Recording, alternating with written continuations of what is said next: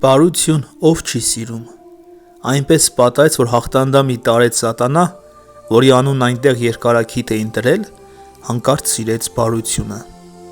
Չայել ժամանակ, ինչպես և բոլոր սատանաները, նա տարված էր մարդկանց անախորժություններ, տհաճություններ պատճառելով,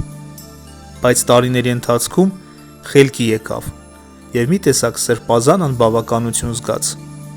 Թեև բնականից նա լավ առողջության տեր սատանա էր, բայց անժուշկալ կյանքը որոշ չափով քայքայել էր այն, և նա այլևս չէր ուզում անհաճություններ պատճառելով զբաղվել։ Իսկ կարգ ու կանոնի հակումը, որը սատանաների մոտ ամենատարածված առաքինություններից է,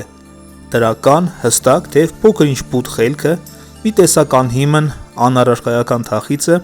որն առանձնապես պատում էր նրան, տոն օրերին և վերջապես հանձինս ընտանիքի և զավակների նեցուկ չունենալը, քանի որ երկարաքիթը ամուրի էր մնացել, հետզհետե խախտեցին, տատանեցին նրա այն համոզմունքը, թե դժոխք և դժոխային կարգերը անմակ կյանքի ըմբռնման լիակատար մարմնավորումն են։ Նա ագահորեն գործ էր փնտրում, փարատելու համար իր ծանր տարակուսանքները, և մի շարք զբաղմունքներ փորձեց, մինչև որ կայտակղիչի պաշտոնով տևական ժամանակով ու վերջնականապես աշխատանքի տեղավորվեց Ֆլորենցիայի կաթոլիկական մի փոքրիկ եկեղեցում։ Այնտեղ նա իր խոսքով ասած հոգեպես հանգստացավ, և հենց նույն պահին տեղն ու տեղը սկսվեց նրա ճգնավորական նոր կյանքը։